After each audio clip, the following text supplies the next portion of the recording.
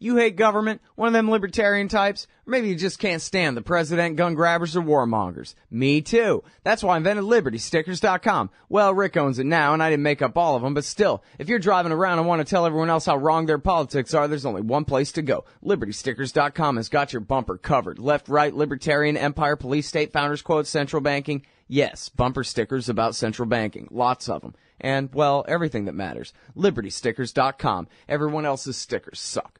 All right, y'all, it's the Scott Horton Show. I'm him, and the website is scotthorton.org. You can find all the archives there, 4,000-something interviews, almost all on foreign policy stuff, you know. scotthorton.org. Sign up for the podcast feed there. Follow me on Twitter, @ScottHortonShow. All right, introducing Grant F. Smith. He's the director of the Institute for Research, Middle Eastern Policy. The Institute for Research, Middle Eastern Policy, and he's the author of the book Big Israel, and I already know that he forgives me for not having read it yet because I just don't have time to do that yet. But I'm going to read it and interview him all about it in probably like 6 months.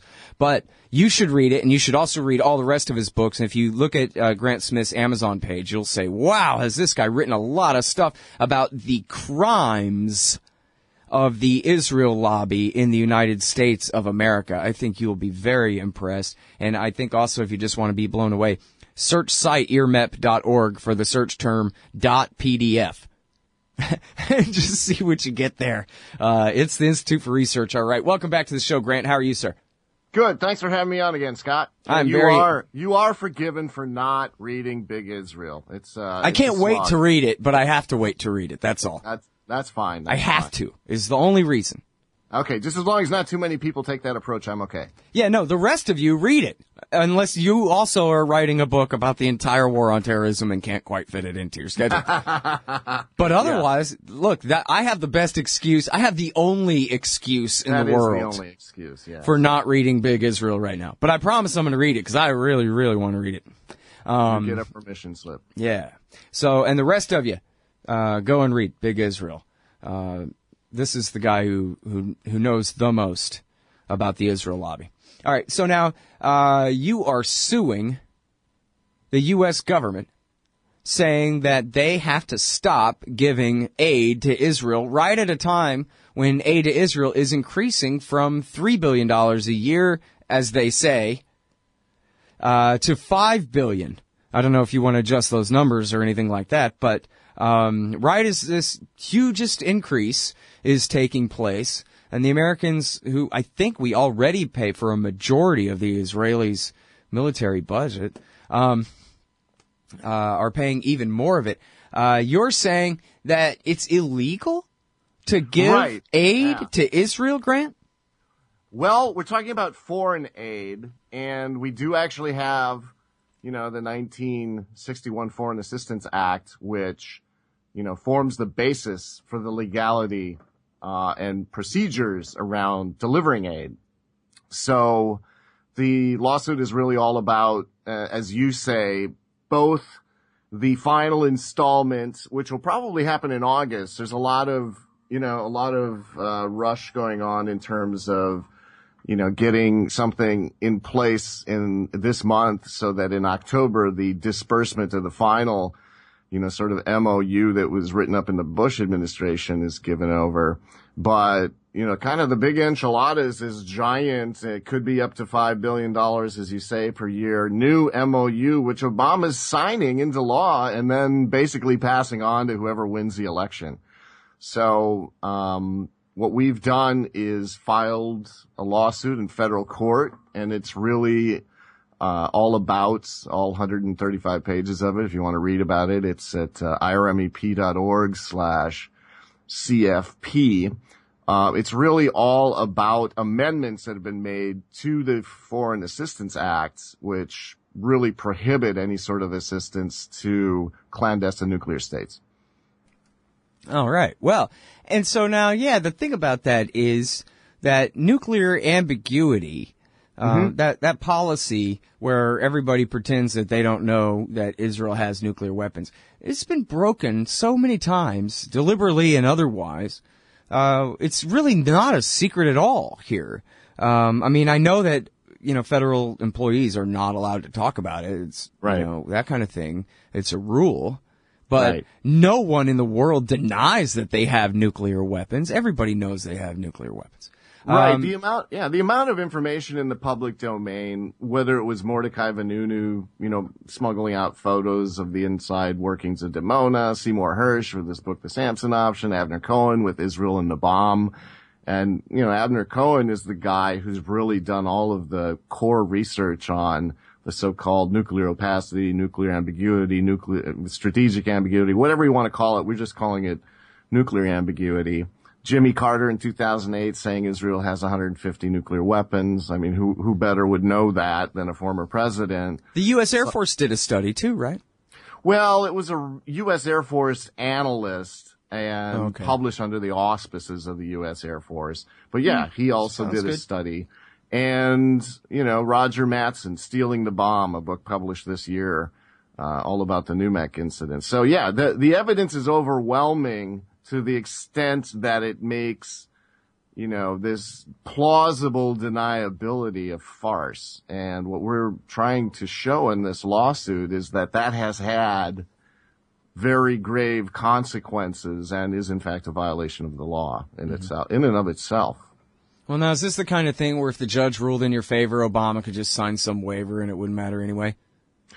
Well, it's not quite that simple. So if we were to get some sort of injunction, then it would be in the Obama administration's court and probably even more important, Congress, to do what they've done in the past. They've already watered down the Symington and Glenn portions of foreign assistance. 1985, they kind of moved the date of transfers of nuclear technologies that could make it illegal for Israel to have done it. So they've already watered it down in the past. But what they would have to do is, from a legal standpoint, change the section of law where the Foreign Assistance Act, where the Symington and Glenn amendments currently reside, and it would be complicated. It would look bad. It would probably be reported on. So it's kind of hard to say they would do that. But the other thing that could happen, as you say, under Symington and Glenn, President Obama could in fact issue a waiver for Israel. And he's never done that. No president has ever done that since the amendment went into effect. And the waiver could state explicitly why it is in the U.S. national security interest to give Israel aid, even though the United States knows that it has nuclear weapons. Right. So we've done that for Pakistan, done that for India during the Clinton administration. But they don't want to do that. They want, again, to pretend that there's no problem. And that is the one of the core issues of the lawsuit is, performing your duty and acting upon information not only in the public domain, but which is readily accessible to any president, for sure. Right. And now, I don't know, man. I guess back in the 80s, or maybe, would have just been in the 80s, maybe in the 70s, the Israelis proliferated some nuclear weapons technology to South Africa, that kind of thing. But at this point, why wouldn't they just sign the Non Proliferation Treaty? Or at least, why should it be so hard for the Americans to say, okay, go ahead and just confess you have them and sign the NPT? What difference does it really make? It makes a huge amount of difference to the Israelis, I would say, from the U.S. standpoint. And it appears that even President Obama had that same initial feeling when he came into office. But I was going to say the administration actually, somebody brought that up for a minute and then got shouted right down, right? Yeah, that is the history. They felt that there should in fact be signatories to it, but you're right, they got shouted down. Probably didn't know about all of this, all of the history of ambiguity since Richard Nixon and Golda Meir concocted it, if you want to put it that way. But if the Israelis were to really declare openly that they were a nuclear power and that they had X a number of weapons and that they were going to be inspected, just like any other under the International Atomic Energy Agency, and be open about it. Their position internally, again, according to Avner Cohen, who really looks at the Israeli side, I don't so much. I'm only really concerned about the U.S.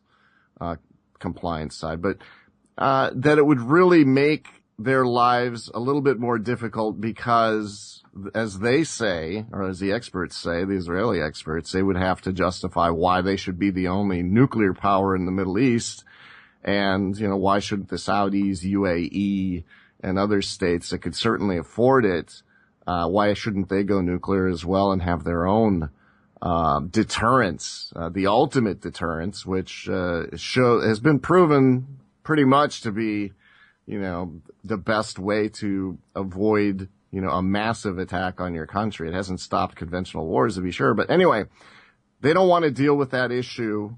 What I really argue in the lawsuits, and you might not be surprised by this given the contents of the books you mentioned, and particularly Big Israel, is that we're really, on the U.S. side, there is no reason other than the fact that, Israel wants the weapons that they would otherwise have to buy. They want the aviation fuel, billions of dollars in that, which, there's a lot of argument that these are providing high-tech jobs in the U.S., but if you're buying $1 billion worth of aviation fuel at $1.50 a gallon, I would argue that that's not a big deal, nor are the food and other things that they get under this. So Israel gets all of this. It allows Israel to really concentrate on building up its nuclear deterrent, whether it's submarines or whether it's new missile technology, laser enrichment, all of the things they're known to be doing. Here in the United States, you have this vast ecosystem of Israel Affinity Organization building up a funding base, doing the PR, hyping the Iran threat, funding, in some cases, through the Weizmann Institute of Science, actually funding Israel's nuclear weapons program with tax-deductible donations. And the other part of the circle is AIPAC, which aggregates all of this power. It lobbies for these aid packages, pressures Congress. And at the very top of this system are really elected officials who want all of this support. They want the related party campaign contributions, PAC contributions. And so they ignore all of this intel. They thwart all of sorts of inquiries for information about government policy and Israel's nukes. They violate export controls and they provide the aid. So you've got this vicious circle where taxpayers are really holding the bag for all of these activities. And arguably the most egregious activity are these elected officials who are pretty much committed to this policy because, just as Richard Nixon mentioned upon passing nuclear ambiguity, he didn't want to deal with all of these interest groups which might rise up in unison against him if he did anything like withhold fighter jets or do some other punishment in order to get them in line with non-proliferation. So, unfortunately, this giant asterisk has made the U.S. kind of a laughing stock whenever it goes to NPT conferences and proclaims it's some sort of authority, example, and leader in non-proliferation. Everybody who knows anything says, well, what about the Israeli nuclear program? Yeah. So you're a libertarian, and you don't believe the propaganda about government awesomeness you were subjected to in 4th grade. You want real history and economics. Well, learn in your car from professors you can trust with Tom Woods' Liberty Classroom.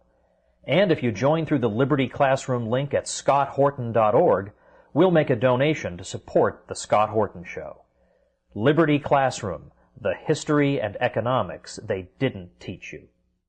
And, it's extra infuriating, really, when you put it that way about how fungible all these dollars are and how we're, the American people are being made to pay to lobby against their own interests and all this kind of thing, the way that works. And, calling all left-wingers who are jealous and all right-wingers who are pissed off, Israel has a socialist economy. America is paying, they call it military aid, but you might as well say America is paying aid directly into Israel's free higher education system and their free health care, government, not free, American paid, very expensive universal healthcare system. And why in the world should this very first world country with, per capita, very high ranking GDP in the world, why should they be getting one dime from the American people, many of whom are actually dead broke, by the way? Thank you very much. Yeah, that's a very good point. I think, the whole fungibility issue, although Symington, who was, the guy who really promoted this and who was very much on board with non-proliferation, made the same point. He said, quote, "If you wish to take the dangerous and costly steps necessary to achieve a nuclear weapons option, you cannot expect the United States to help underwrite that effort directly or indirectly," unquote. But he might as well have said, if you want a subsidy that allows you to do all sorts of things, beyond building up military capability, it's the same thing. If the U.S. were getting a subsidy of this size, obviously it could do more, but the situation is the reverse. But yeah, absolutely, fungibility is key here. Yeah. I don't know if it was Ron Paul who coined it, but he always liked to quote it anyway about foreign aid is just a transfer of wealth from poor people in rich countries to rich people in poor countries. In this case, rich people in rich countries, Yeah, absolutely. I think I saw that quote. He had some incredible YouTube videos from 2008, and it's just he's said some absolutely fantastic things about this domain that I think they're all viral at this point. Yeah. Boy, I miss him these days. Well, and and his position on Israel always was that we should just butt out, that we shouldn't be taking sides, that they're going to have to work it out for themselves. But he would also say that, the Palestinians are being treated very unfairly, you look at what, but he would stop and say, if you want my personal opinion, what's going on over there, and look at what's going on in the Gaza Strip. It breaks your heart, That was, I think, a direct quote. Yeah. Back in 1960, when the CIA was definitely in the business of giving advice about strategic issues in the Middle East, they said as well that if Israel goes nuclear, you can bet that it will feel ever less inclined and ever less pressure to have any sort of peaceful settlement with the Palestinians. Yeah. Or anybody else. Yeah, and that is exactly what happened. So, right. These you don't have to rely on the CIA for that sort of basic analysis, but you can certainly rely on history since, over the past 50, however many years plus, that it has come to pass. Well, and who are they credibly deterring anyway? I mean, if their major hassle is Hezbollah on their northern border, they can't nuke them ever, Yeah. Because of fallout and everything, it's right there in their own neighborhood. And It hadn't really served as a deterrent when they invaded southern Lebanon in 2006. Hezbollah whooped on them, and I saw no indication Hezbollah was concerned that Israel was going to break out the nukes. They felt perfectly fine fighting them back. Right. Seymour Hersh would argue that it's really about the Samson option, and I still think his analysis is the best. All right, now explain that, because people don't know what that means. Well, sure. The Samson option is just as Samson pulled down the pillars of the temple, which crashed down on the heads of everyone, that the Israelis have been in a position now for, more of their history than not, of being able to take the entire world with it, if it suffers any sort of existential or, what it tells everybody would be an existential crisis. So, I think U.S. officials should talk a lot more about that fact and how it limits or affects their ability to do anything in terms of the Middle East. But one prominent Israeli politician even once bragged that wherever an Israeli government official go, he essentially takes the Middle East with him in his pocket. And the ability of the Israelis, again, to sort of tell the world that if things are not going their way, that there is definitely a possibility that these horrible weapons might have to come out, is a major lever against countries that are far larger economically, far larger in terms of size, geographically, far more influential than Israel would ever be as a conventional power. So, well, wait, I mean, to be specific, what you're saying is they're threatening to nuke Rome, Berlin, Paris, London, New York if they ever let Israel get in trouble. That's the Samson option in a nutshell. And that's reported by Seymour Hersh, who wrote a whole book about it. Right. But, I mean, I think as Americans, we should hear what are the assessments from our intelligence agencies. What are their contingencies for a state that has that kind of doomsday mentality? What are they doing to mitigate that sort of risk? And, you know, for a long time, it was said that the Israelis were targeting mainly Russia as a pressure point during their whole effort to score more Soviet emigres to build up their own population. And, you know, the United States, when it was the sole nuclear power, certainly threw its weight around in the Soviet Union with threats. And so I think, you know, that is real power. But whether it's legitimate for the United States to continue to punish both federal employees and contractors and people who supposedly work for the American people, and researchers who want to know about these things, is the real question of our lawsuit. But I don't think, you know, anyone should learn to live with this sort of situation, just like nobody should accept and learn to live with the fact that, as you've done on many of your shows, and mentioned many times, that the Russians still have this enormous capability and the U.S. still has this enormous capability to wipe each other out. And yet we have, you know, nothing but saber rattling and hyperbolic rhetoric coming out. And it's something Americans really shouldn't stand for. Yeah. And listen, I want to make sure to mention this as long as we're on this subject, because even though it is hearsay, I think it's the very best quality hearsay in the whole world. It's Daniel Ellsberg on this show, the famed whistleblower and brilliant genius, an anti-nuclear weapons activist. Daniel Ellsberg has told me repeatedly, and I've really followed up numerous times with, hey, you told me this before, but I just want to make sure that I got the number right. You say it again, and we've been over this and over this.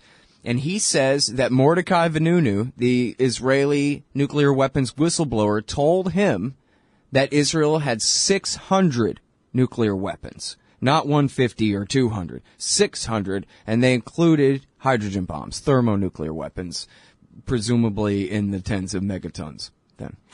I made up the megatons part. Maybe they're very miniaturized H-bombs, but anyway, they certainly could be in the megatons if they're H-bombs.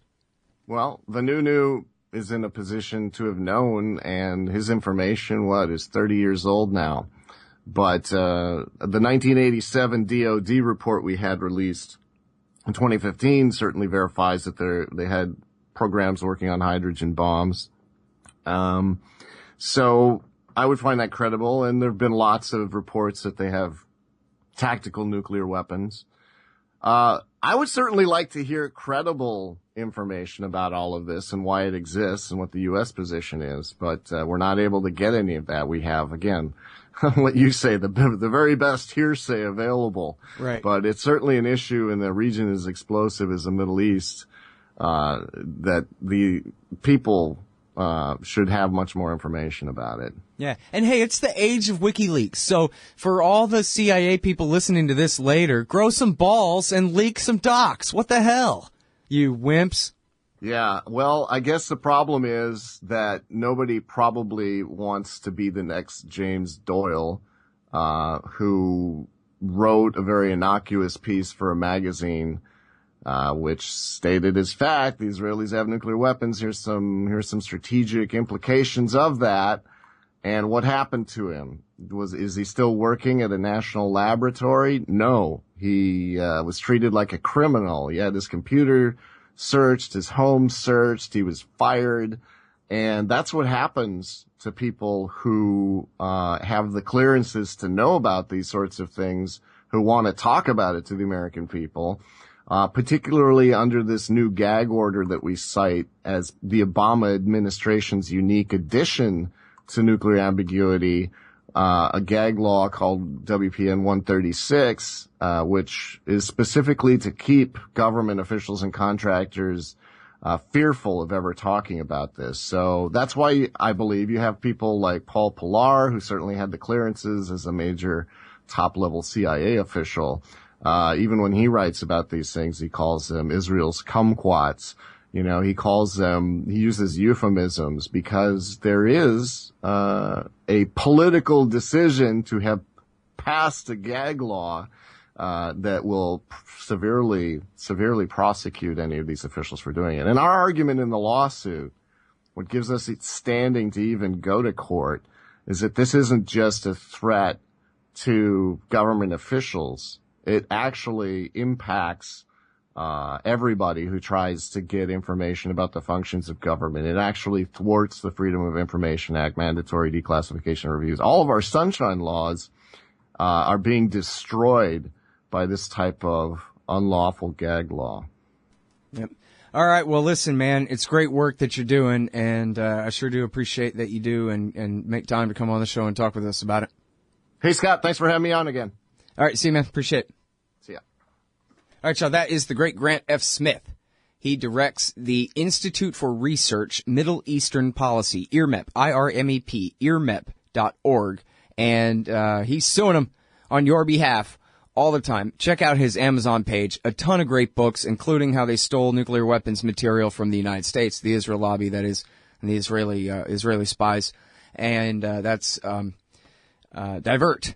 And a bunch before that, too. But Divert, and then the latest one is called Big Israel, about the power of the Israeli lobby in the United States. The definitive book on the Israel lobby in the U.S. by the great Grant Smith there.